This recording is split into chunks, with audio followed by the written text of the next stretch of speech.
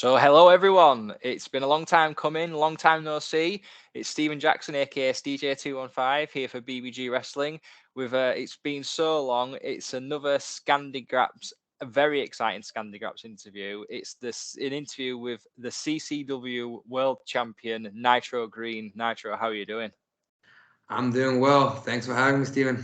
No, thank you. First of all, congratulations on winning the CCW World Championship. Huge, congratulations and a huge honor for you, in your career to win the belt, especially as CCW are coming over to the UK a month and a day from today up in Scotland for the show Danespotting on Saturday the 29th of October. I mean, you've been to Scotland a few times, Nitro. Is it exciting coming back? It's definitely exciting to coming back, and not just coming back, but coming back as you mentioned, as the CCW World Heavyweight Champion. Not a World Heavyweight Championship yet, but it will be after I have defended it successfully on several continents, which I'm planning on doing. And there's no doubt that this is going to be hopefully one of many times CCW coming to Scotland. This is just the first, and it's going to be a banger, that's for sure. Absolutely. I mean, it's historic. It's the first ever, CCW show, Copenhagen Championship Wrestling, for those people who, don't know or are new to the podcast, ever outside of Scandinavia. So this is huge. I mean, this is huge because, with everything what's been happening with COVID and everything what's been happening in the world of wrestling, I mean, the UK we've just recently had Clash in the Castle over here from WWE in the UK, so it's exciting. Another promotion is coming over from, across the pond to, come here to to come here to the UK, but go to Scotland, and I think with the people who aren't sort of au fait with CCW, what is CCW all about? As the champion of the company, what would you sort of sum up CCW as? I would, in the past, have summed it up as a place where everyone can get a chance. The CCW, to me, now represents a place of hardworking guys, but it's also, for the longest of time, been a place who hasn't been in line, where the guys in the back were running the shots. And that was why I, with my new group, took charge of CCW. That was why it was important for me to set an example, as I did last time CCW had a show. Now it's falling back in order as it should be, and that's it's gonna be good. Grunge is the new thing. CCW is gonna build everything around, and it's having me front and center with my three guys. Yeah. With my Lucha Diomedes group, it's gonna be good. What we have in store for CCW and for the rest of Scandinavia, it's gonna be big. Oh, it's going to be amazing. I mean, like I said, I've been a long time fan of CCW. To see you climb up the ranks of the company and to actually win the belt is such a huge achievement. And it's interesting you said earlier on about taking the belt to different continents and to different countries, because I mean, you were the European cruiserweight champion on several CCW shows, two-time, as you mentioned, two-time European cruiserweight champion, and had several outstanding matches, around the Europe and, around Scandinavia. And is that kind of fire there still from those days of being, coming up the ranks? And is that still there? Is that what you want to be able to do and bring that even further? I can tell you there's nothing I took greater pride in than being able to travel with the European title. It was the first run was amazing, obviously very heavily affected by the COVID. So the fire is definitely still there. I'm still young. I have so much to prove, but in a small pond of Scandinavian wrestling, I'm now starting to be not a seasoned veteran, but close to a veteran, because I've been around for so long. But I'm only, what people tend to forget is that I'm only 27 years of age. Wow. So there's so much more in me. I still have plenty left in the tank. And as I said, CCW to me has potential to go further and go beyond. It has potential to, if we do it right, nothing stops CCW, and I want to be the front and center for that. I want to be the one who carried the torch, and I want to be the one who raised the bar for what CCW can be. And if that means that I have to travel with this, with all it comes with, so be it. I'm gladly doing it. Oh yeah, I mean, it's interesting you say then about, CCW raising the bar in that, and being the age you are, because the previous members of the CCW roster I've spoken to, there's always been a passion for, a bit of, I would say similar to kind of like a youth movement in a sense, in that, like you're all young guys and you're all working hard and wanting to put the best wrestling on for the not I believe for the world, and you feel that passion through the screen, which is why I am so excited to come and see you in person. And like being, does it But even feel I'm sorry I'm cutting you off, but even if you just take the first couple shows of grunge, CCW has done things that you haven't seen ever in Scandinavia. On the first grunge show, CCW put on a hardcore female match, and I was on the show twice. I wrestled two former CCW champs. There's so much more for us to do, and as you said, there's obviously this huge camaraderie, and if you take the average age of the locker room, it's a young locker room. Obviously, we still have the old guys who sticks around, but sooner or later we'll kick them out as well. out with the old and in with the new? That's the law of the jungle. Only the young and the strongest survive, and that's how it Very goes. true. It's very true. And I mean, with now that you are the CCW champion as well, it's an interesting thing you say there about, being a youth movement in a sense. And but now being kind of a leader in a sense in being the champion, do you feel there's a lot more pressure on you to deliver higher than before and to be a figurehead in, the company in a sense, like that pressure, what some, you hear about some champions and companies in the past or have held. Do you have that same pressure on you?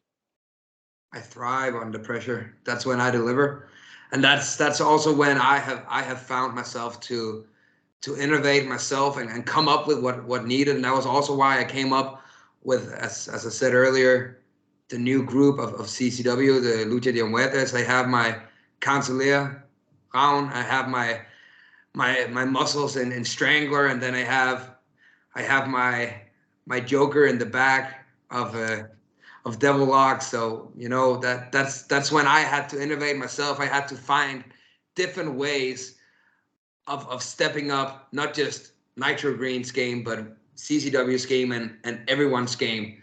And that's if that's what it takes, and that's what champs do, they lift up the show. And that's also why I'm so excited for meeting Seb Silvers in here coming up in Scotland, because I have something Seb Silvers don't. I have main evented every promotion I've been to, and he's still just coming up.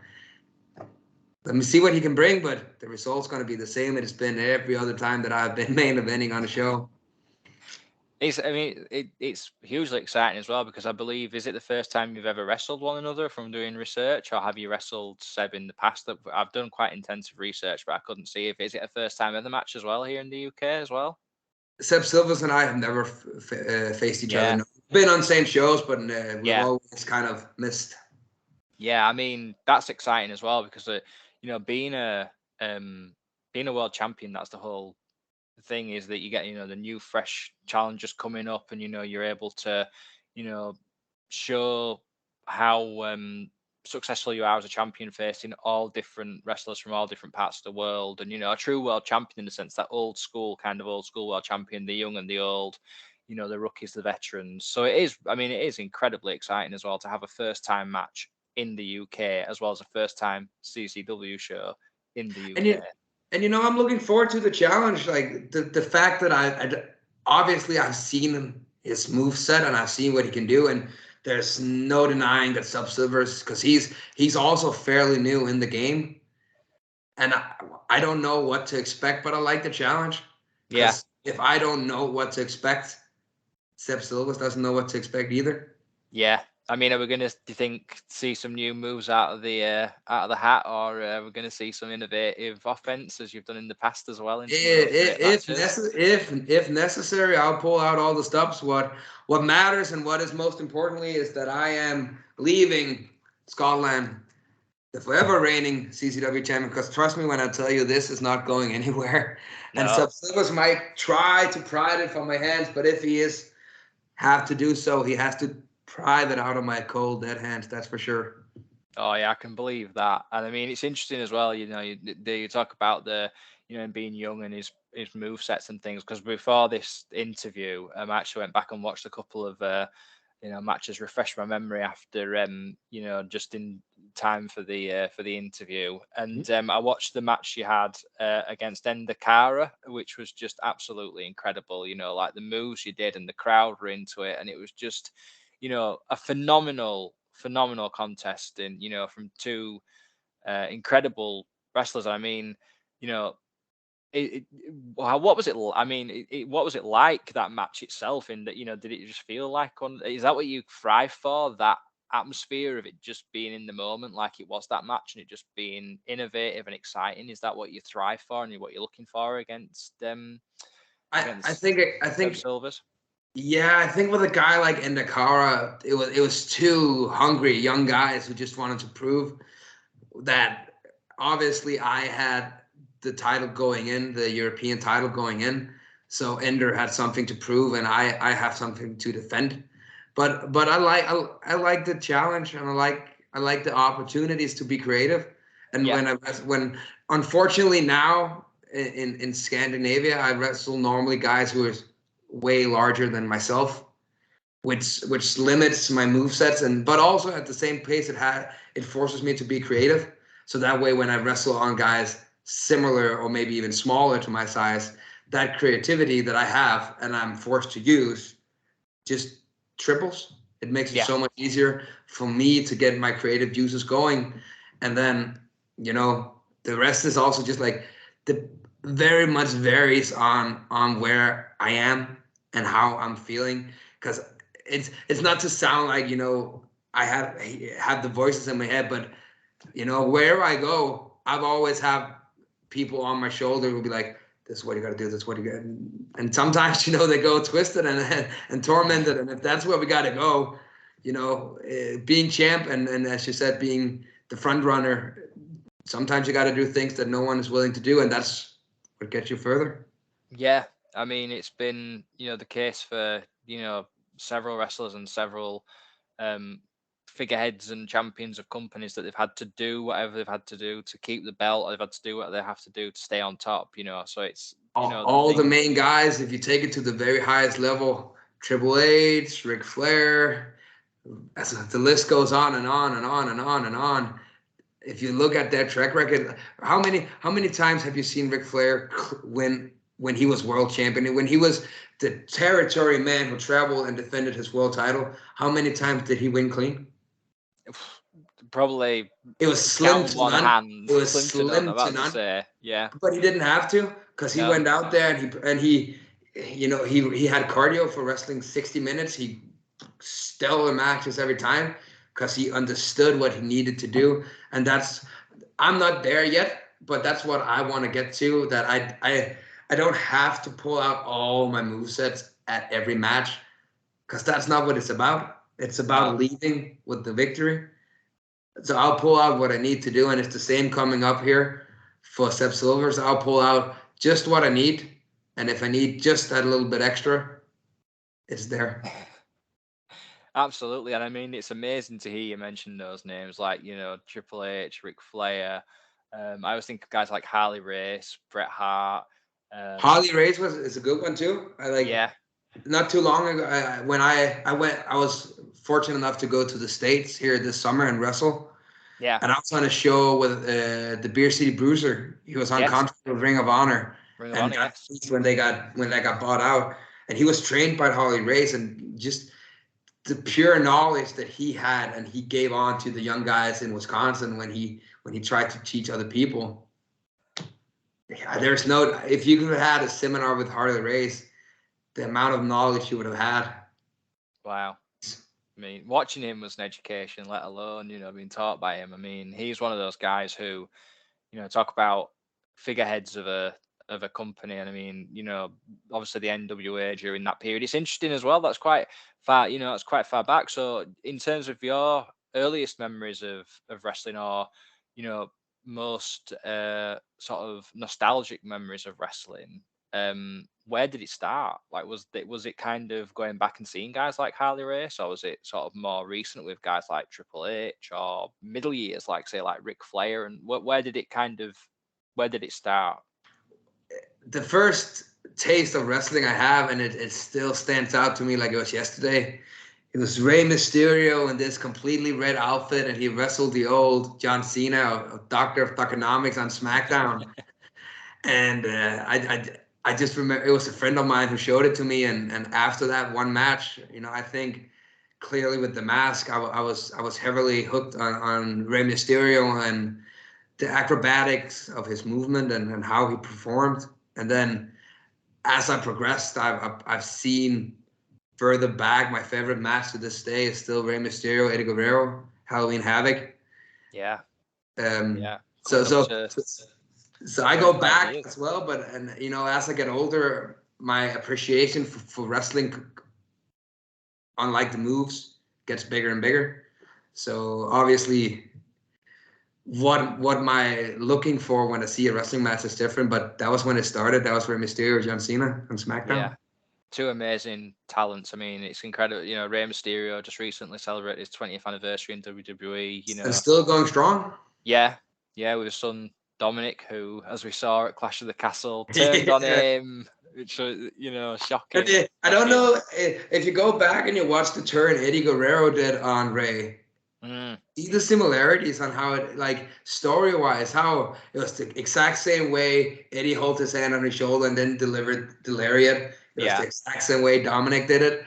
There's I don't know, maybe there's gonna be a plot twist saying that Dominic is really Eddie Guerrero's long lost son. Maybe. How interesting would that be? It's crazy to think as well, as you just mentioned. Then I actually recently watched the Eddie Guerrero and Rey Mysterio match from Halloween Havoc 1997, and I remember watching that.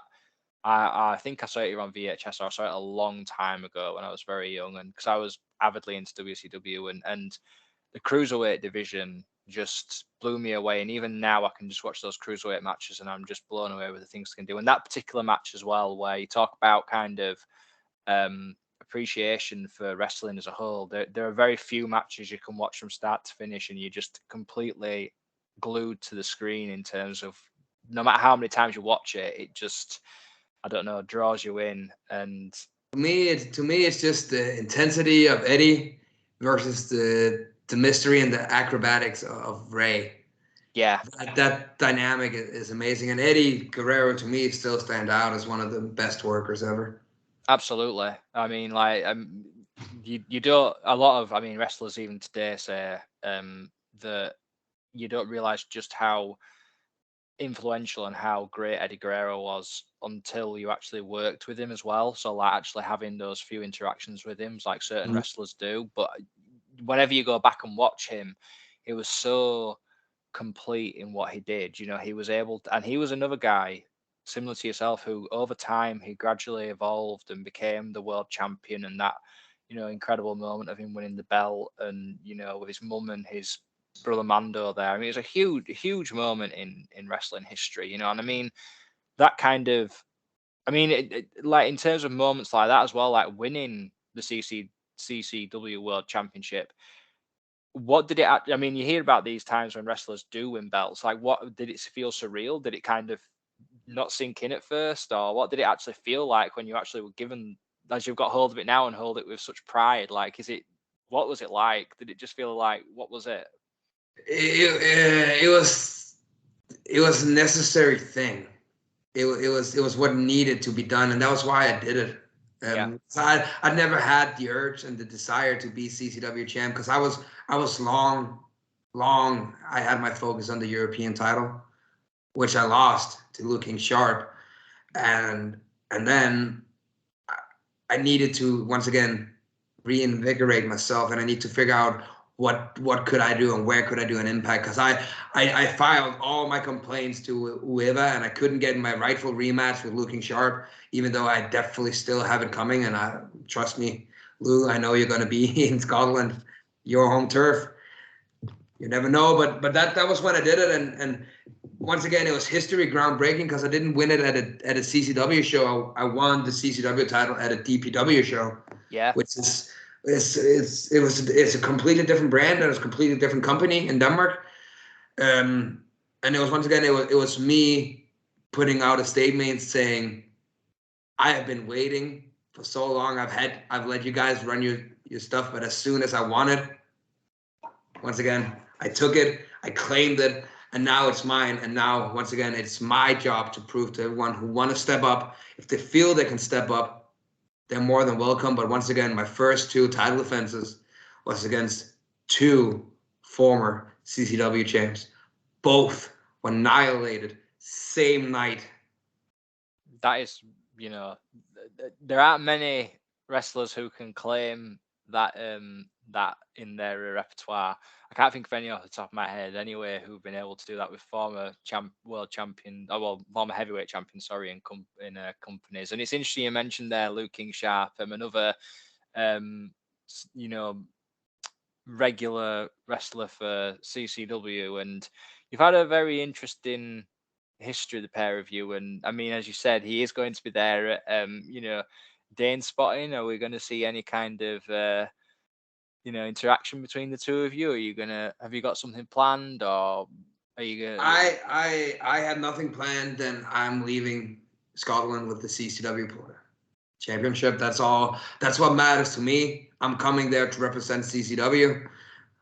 If it happens to be the case that him and I have interactions, you never know. Once again, I have spilled and I have painted Copenhagen with Luke King Sharp's blood. And I'm sure he's taken his fair bits of me as well. We've wrestled each other on, I believe, 3 different countries so far, and the list is probably not even done. There's gonna be added to it. But there's no denying you can't say CCW without Luke King Sharp. Yeah. And then, as much as it pains me, because believe me, it really does. He is. What's the right term? He is a CCW, not alumni, but like when you like original. He's a CCW original. You can't take that out of him, and no matter but that's also some of the things that you might be one of the originals, but that doesn't matter, because I'm still the CCW champ. He has something that I want.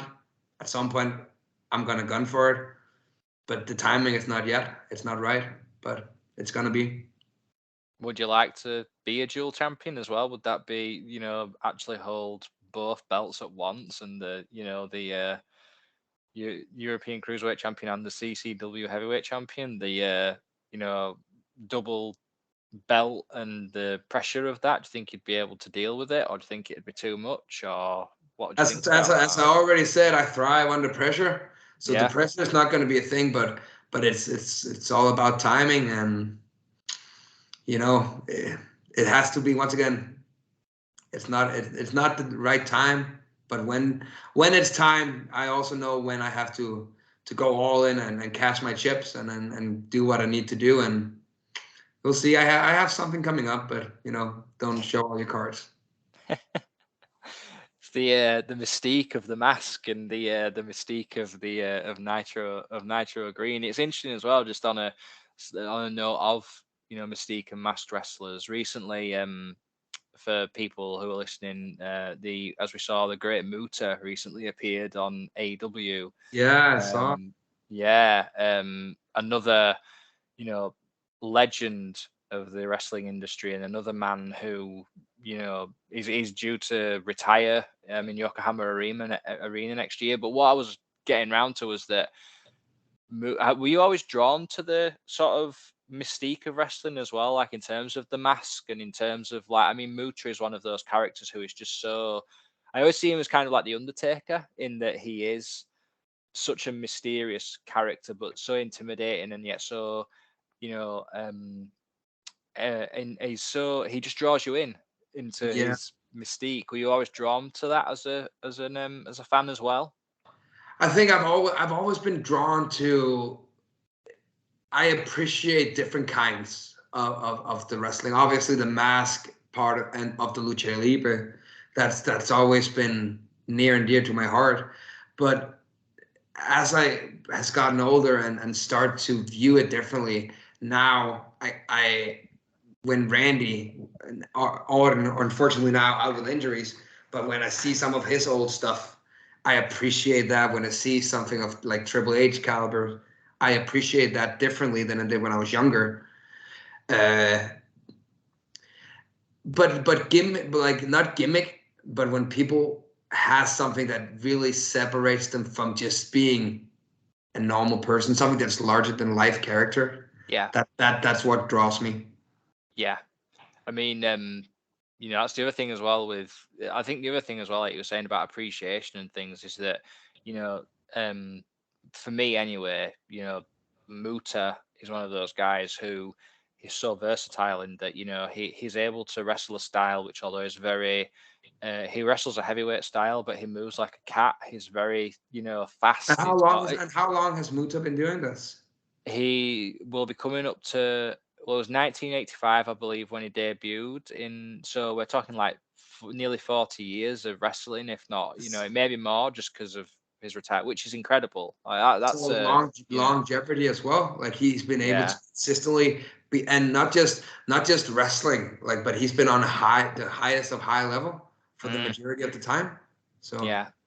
I mean, and that's the thing where I think, like yourself, where you're able to bridge the gap between wrestling a very sort of cruiserweight style esque of Rey Mysterio, but also then wrestle a more kind of, um, you know, aggressive, heavy hitting style as you have recently in your CCW title defenses, sorry, like the Great Muta, and you're able to um, show that you are versatile in that regard. It's not just kind of one style fits all, and I like that about Nitro Green, and how you're able to move in the ring and things like that. And it's once crazy to think again, because, oh, oh, sorry, sorry. no, carry on. But it's a growing phase, and I was trained by a very hard hitting guy in Denmark, and then that was how I was brought up. But that was never the style that I wanted to do until I realized, you know what, all these fancy moves, that's all well and done, and it's good because it gets the crowd clapping, but that doesn't win, and that's what No, matters. I don't get paid by the hour; I get paid by my wins and losses, and yeah, that's what I got to do. And if that means I have to be a little more aggressive, and that means that the gloves are coming off, well, so be it. Because now, once again, now I'm not just doing it for me. I'm doing it for my group. I'm doing it for CCW, and I'm doing it for the greater of the Scandinavian.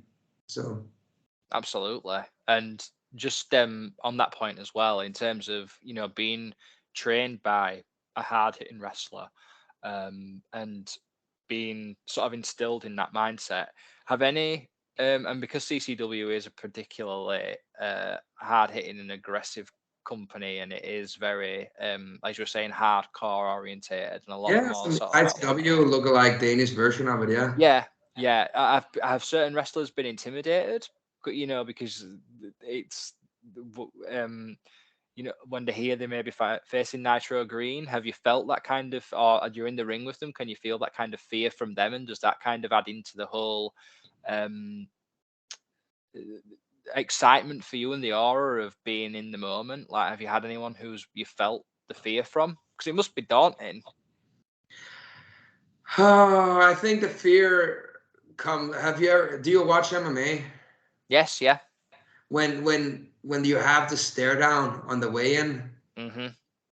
and when you look someone in the eyes, and that to me is that's when I look at people and you see fear, because you can come out to your music, and you can do your entrance, and you can get the crowd going, and that's all well and done. But when you're in that ring and it's you and me, and it's corner to corner, and we look each other in the eyes, that's when you realize if you have it or not. And that's probably what I'm most excited about with Seb Silvers, because Yeah. I haven't stand across from him. There, all the guys in Denmark I've stood across, so I know when I'm staring them in the eyes, I know what I'm looking for, and I know what I have to be what I have to install in them and what I have to mentally install myself with. But with Seb Silvers, you know, either I see a guy who's calm and before the storm and he's ready for the pressure of main eventing an international show, or if not, I'm gonna see a very terrified young man who don't know what's gonna hit him. And that's the beauty of it. And that it's the same with MMA. The best wrestler in the world to me would be Conor McGregor. Yeah.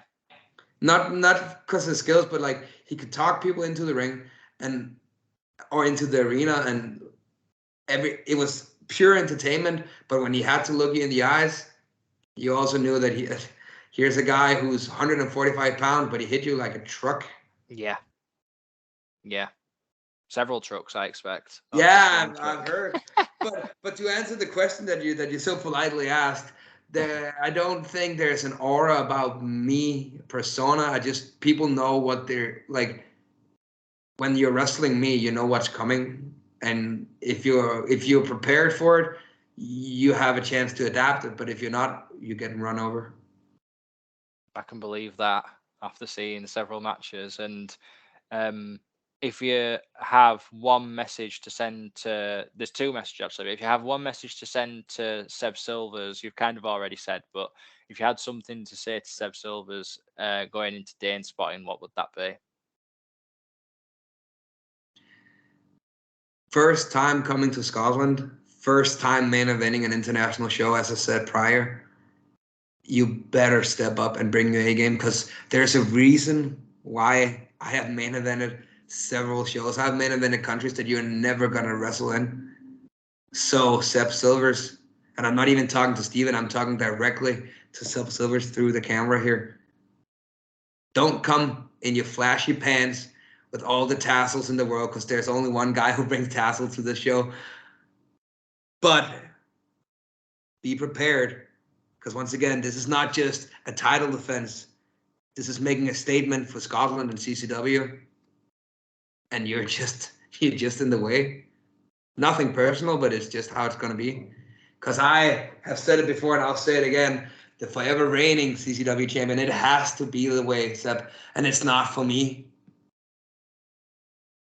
It's for CCW. Can't put it any better than that. And I'm incredibly excited for the debut of CCW up in Scotland for Danespotting. And just once again, as we said off camera, but thank you so much. It's been an absolute honor, Nitro, to be able to speak to you this evening here for me. And just, I'm so excited to come and see you all in Scotland and, see you firsthand defend the CCW World Championship against Seb Silvers. I'll be there waiting and applauding along with everyone else, believe me. As you should. Absolutely. And just to finish off as well, where can people follow you on social media? Where can they see some of your great matches, and where can they, learn about what's been happening in the world of Nitro Green? The best place to follow me right now, unfortunately, I've been blocked of Tinder, of Twitter. Don't know why. So that'll be running here shortly. But follow me on Facebook, Nitro Green. That's the best place to follow me. Instagram is also available. Search for Nitro Green, you'll find me there. If not, Mikkel TT. That's also where you see more of the man behind the mask. You'll never see the face, but you'll see the man behind it. So have a look.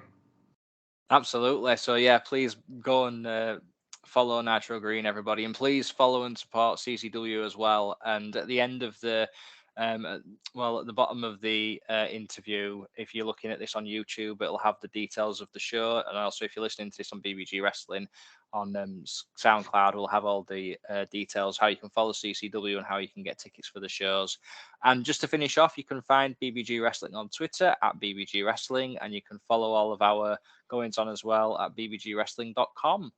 So that does it for me, Stephen Jackson, aka DJ215, with this absolutely incredible interview with the CCW champion Nitro Green. Thank you once again, Nitro. It's been an absolute pleasure, and looking forward to seeing you and the rest of the CCW crew up in Scotland.